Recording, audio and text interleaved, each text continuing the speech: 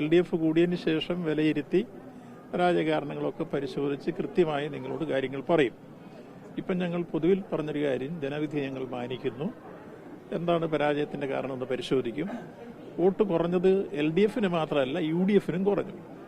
62,000 പര വോട്ട് UDFന് കുറഞ്ഞു, 40,000 വോട്ട് LDFനും കുറഞ്ഞു. അപ്പോൾ ഈ LDFന് മാത്രമാണ് കുറഞ്ഞത് നിങ്ങൾ പറഞ്ഞ കണക്കും ശരിയല്ല. താങ്കളോട് ചോദിക്കുമ്പോൾ UDFന്റെ കാര്യം ചോദിക്കേണ്ട കാര്യമില്ല. രണ്ടും പറയണല്ലോ. ഇലക്ഷൻ നിങ്ങൾ പത്രപ്രവർത്തകർ പറയുമ്പോൾ രണ്ടും പറയണ്ടേ. നമ്മുടെ ഈ ഏറ്റുമാനൂരടക്കമുള്ള നിയമസഭാ മണ്ഡലങ്ങളിലൊക്കെയും വോട്ട് കുറഞ്ഞിട്ടുണ്ട് LDF. ഇല്ല, കഴിഞ്ഞ പാർലമെന്റ് തെരഞ്ഞെടുപ്പിൽ 8,455 വോട്ടായിരുന്നു LDFന് കുറവ്, UDFന് കൂടുതൽ കിട്ടിയത്. ഈ പ്രാവശ്യം 9,610 1000 വോട്ടിന്റെ വ്യത്യാസമാണ് ഏറ്റുമാനൂർ മണ്ഡലത്തിൽ കഴിഞ്ഞ പാർലമെന്റ് തെരഞ്ഞെടുപ്പ് ഈ തെരഞ്ഞെടുപ്പുമായിട്ടുള്ള വ്യത്യാസം. അപ്പോൾ കഴിഞ്ഞ പാർലമെന്റ് തെരഞ്ഞെടുപ്പിൽ നിന്ന് ഈ പാർലമെന്റ് തെരഞ്ഞെടുപ്പിലേക്ക് വന്നപ്പോൾ ഉണ്ടായിട്ടുള്ള ഒരു വ്യത്യാസം എന്താണെന്നുള്ള പരിശോധിക്കും. ഭരണവിരുദ്ധ വികാരമാണോ ഇവിടെ കേരള കോൺഗ്രസ് എമ്മിനും തിരിച്ചടിയായത്? ഇല്ല, നമ്മളിപ്പോൾ പ്രധാനമായി ഈ തെരഞ്ഞെടുപ്പ് ഉയർത്തിയത് ദേശീയ രാഷ്ട്രീയത്തിലാണ്. പാർലമെന്റിലേക്കാണ് തെരഞ്ഞെടുപ്പ് നടന്നത്. ആ പാർലമെന്റ് തെരഞ്ഞെടുപ്പിൽ ഇടതുപക്ഷ ജനാധിപത്യം ഉയർത്തിയ രാഷ്ട്രീയം മതനിരപേക്ഷ രാഷ്ട്രീയമായിരുന്നു.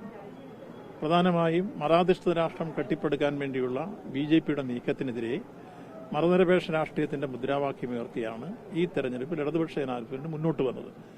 ആ ദേശീയ രാഷ്ട്രീയം ഞങ്ങൾ ഉയർത്തിയത് ശരിയായിരുന്നു എന്ന് സ്ഥിരീകരിക്കുന്നതാണ് 400 സീറ്റ് കിട്ടുമെന്ന് പറഞ്ഞ BJPക്ക് 240 സീറ്റ് ചുരുങ്ങേണ്ടി വന്നത്. അപ്പോൾ ദേശീയ രാഷ്ട്രീയത്തിൽ പൊതുവിൽ ഈ തെരഞ്ഞെടുപ്പ് നാം കണ്ട കാര്യങ്ങൾ ശരിയായിരുന്നെന്നും BJP ഉയർത്തിയ മതാധിഷ്ഠിത രാഷ്ട്രം എന്ന കാഴ്ചപ്പാട് ശരിയല്ല എന്നും പൊതുവെ ഇന്ത്യയിലെ ജനങ്ങൾ വിലയിരുത്തിയതായിട്ടാണ് തെരഞ്ഞെടുപ്പിന്റെ പൊതു റിസൾട്ട്. ആ റിസൾട്ട് പൊതുവെ സ്വാഗതാർഹമാണ്. മതനിരപേക്ഷ രാഷ്ട്രീയം ഉയർത്തിപ്പിടിച്ചവർക്കാണ് മുൻതൂക്കം വന്നിരിക്കുന്നത് എന്നത് ശരിയാണ്. കേരളത്തിലെ സംസ്ഥാന നിയമസഭയിലേക്കല്ല തെരഞ്ഞെടുപ്പാണ്. അതേസമയത്ത് സംസ്ഥാന നിയമസഭയുമായി ബന്ധപ്പെട്ട ഏതെങ്കിലും കാരണങ്ങൾ ഇതിനകത്തുണ്ടോ എന്ന് ഞങ്ങൾ പരിശോധിക്കും. അത് ഞങ്ങൾ പറഞ്ഞു കഴിഞ്ഞു. അപ്പോൾ പൊതുവെ പരിശോധിച്ചപ്പോൾ കഴിഞ്ഞ പ്രാവശ്യം UDFന് കിട്ടിയതിനേക്കാൾ 5% വോട്ട് UDFന് കേരളത്തിൽ കുറവാണ്. ഇടതുപക്ഷ ജനാധിപത്യത്തിന് വേണ്ടി കഴിഞ്ഞ പ്രാവശ്യം കിട്ടിയതിനേക്കാൾ 1% കുറവാണ്. അപ്പോൾ പരിശോധിക്കുമ്പോൾ രണ്ടു കൂട്ടവും പരിശോധിക്കണമല്ലോ. അപ്പോൾ ഈ കാര്യത്തിൽ അല്ല, ഇത് പറഞ്ഞല്ലോ, ഇന്ത്യയിൽ ഇപ്പോൾ BJP കോട്ടയം മണ്ഡലത്തിൽ PDJSന് നേരിയ 5,000 പര വോട്ടാണ് കൂടുന്നുള്ളൂ. വലിയ വർധനമൊന്നുമില്ല. അപ്പോൾ വലിയ വർധനമുണ്ടെന്നുള്ള വ്യാഖ്യാനം ശരിയല്ല. UDFനും LDFനും കോട്ടയം മണ്ഡലത്തിൽ വോട്ടുകൾ കുറഞ്ഞു. അവർക്ക് 63,000 വോട്ടുകൾ കുറഞ്ഞപ്പോൾ ഞങ്ങൾക്ക് 40,000 വോട്ടുകൾ കുറഞ്ഞിട്ടുണ്ട്. ഞങ്ങൾ ഞങ്ങളുടെ കുറവ് എന്താണെന്ന് പരിശോധിക്കും, അതിനാവശ്യമായ തിരുത്തലുകൾ വരുത്തും. ഒപ്പം ഈ രംഗത്ത് പൊതുവിൽ സംസ്ഥാനത്തൊട്ടാകെ വന്ന വിഷയങ്ങളെക്കുറിച്ച് പാർട്ടി സെക്രട്ടറി പറഞ്ഞു കഴിഞ്ഞു. ഞങ്ങൾക്ക് ഉണ്ടായിട്ടുള്ളത് 1% കുറവാണ് കഴിഞ്ഞ ലോക്സഭയെ അപേക്ഷിച്ച്. അതേസമയത്ത് UDFന് 5% കുറവാണ്. പൊതുവിൽ ഞങ്ങൾക്കുണ്ടായ പോരായ്മ ഞങ്ങൾ പരിശോധിച്ച് ആവശ്യമായ തിരുത്തുകൾ വരുത്തും എന്ന് പറഞ്ഞു കഴിഞ്ഞു. അതേസമയത്ത് ദേശീയ രാഷ്ട്രീയത്തിൽ ഞങ്ങൾ ഉയർത്തിയ കാഴ്ചപ്പാട് ശരിയായിരുന്നു എന്ന് പരിഗണിച്ചു. കേരള കോൺഗ്രസ് ചെറിയ നീക്കങ്ങൾ നടത്തുന്നുണ്ട്, അവർക്ക് അത് അവകാശപ്പെട്ടതാണെന്ന് പറയുന്നുണ്ട്. രാജ്യസഭാ സീറ്റിന്റെ കാര്യം ഞങ്ങൾ ഇടതുപക്ഷ യോഗം ഏതാനും ദിവസങ്ങൾക്കുള്ളിൽ കൂടി ഒരു തർക്കവും കൂടാതെ പരിഹരിക്കും.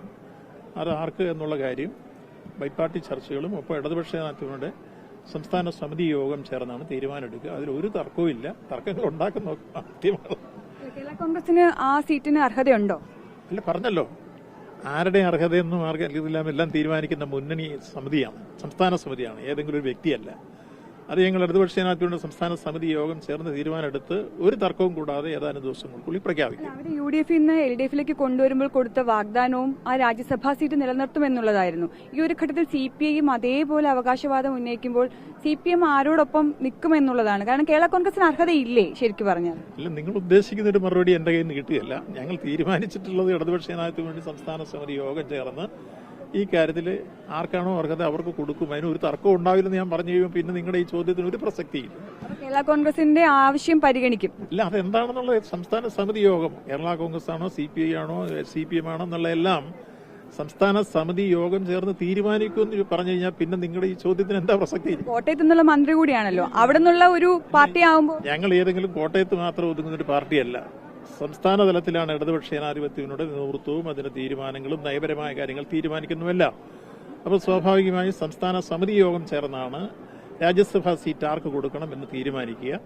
അത് ഏതാനും ദിവസങ്ങൾക്കുള്ളിൽ ഒരു തർക്കവും കൂടാതെ ഞങ്ങൾ ഈ പ്രശ്നം കൃത്യമായി പരിഹരിക്കും, സംശയം വേണ്ട.